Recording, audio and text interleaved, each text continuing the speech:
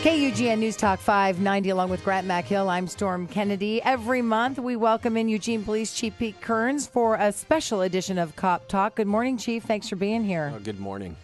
Well, of course, Chief, one of the top stories we've had the last month or two has been the shooting death of Brian Babb in Eugene by a Eugene police officer. One of the questions that keeps popping up is, what are the appropriate services for people who are chronically in mental health crises? We turn it over to you. Yeah, that's a great question because the underfunded criminal justice system is only part of the real challenge that we have in Lane County. The other systems that are underfunded that create significant public safety issues have to do with Lane County behavioral health or mental health services. There are inadequate services here in central Lane County for the people who need it the most.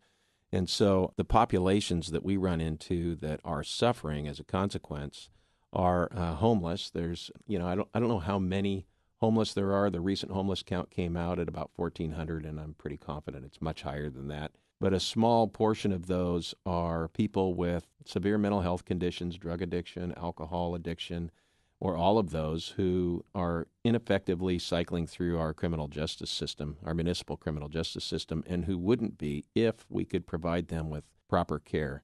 So that's one category of people who I think could be living much better, healthier lives in our community if they weren't sort of trapped in that cycle as a consequence of not having access to good services or to adequate services. And then the other is the people that police don't encounter very often, but when we do, they're extremely dangerous for the person that we meet and for the police officer.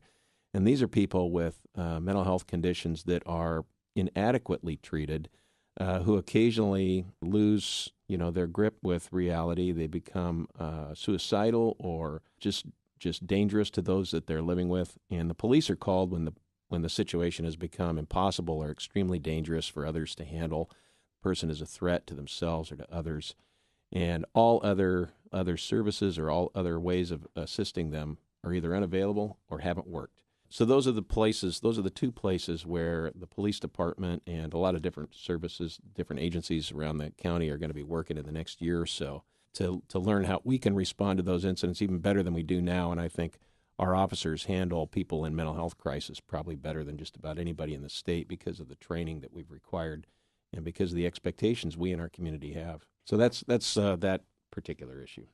As a department chief, do you, obviously you should probably share your experience with other departments, and do you seek out the experience of other departments to try to learn from situations like this? Yeah, we're right now we're scanning the country to find that tactical expert with specialized knowledge in assisting veterans, combat veterans with PTSD and other conditions who are a danger to themselves and then who are a danger to police officers when they respond on scene.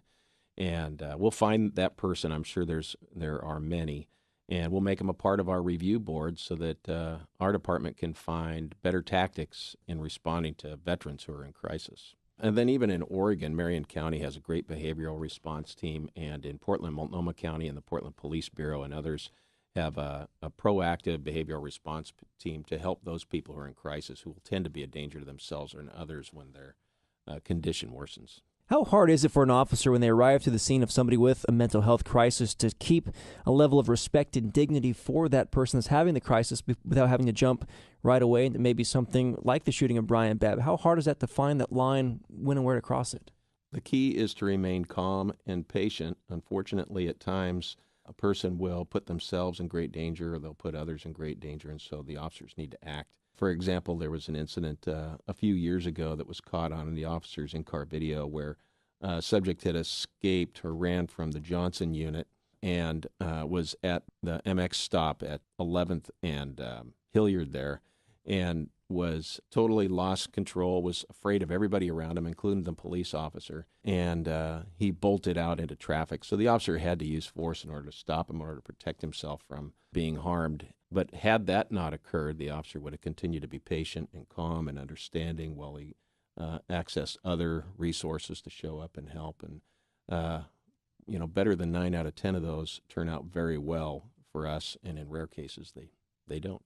Can you talk a little bit about giving people voice during encounters with police, Chief?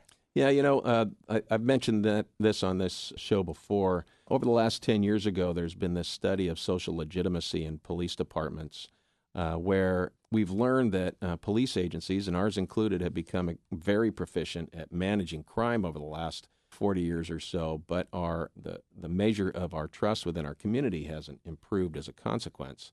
And I think what erupted after Ferguson is an indication or evidence of that. And so what we're all trying to do is to find those ways to build social legitimacy in our community, a sense of confidence that we are doing our work in a way that benefits everyone in our community, all people who live here.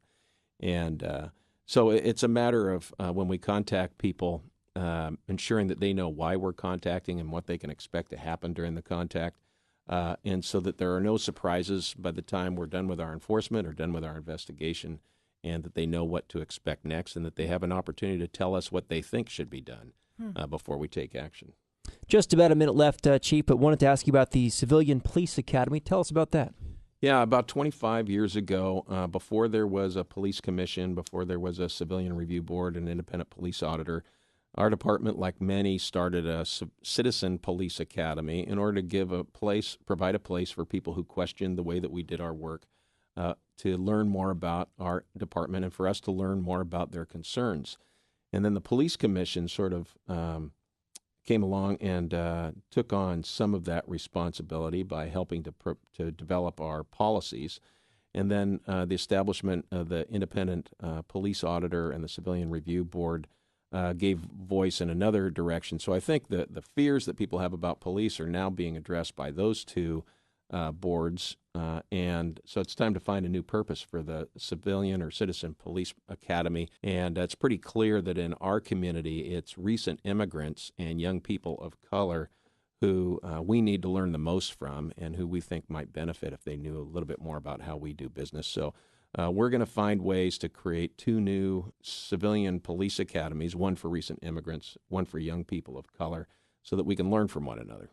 Terrific. So when do we find out more? Will you let us know, or can folks find out more about it right now? Well, it's very early, and we're working with people in the community who we know can help us put these programs together in a way that would be appropriate and beneficial to those two populations. Terrific. He is Pete Kerns, the Chief of Police here in Eugene. Chief, as always, thank you for your time. You're very welcome.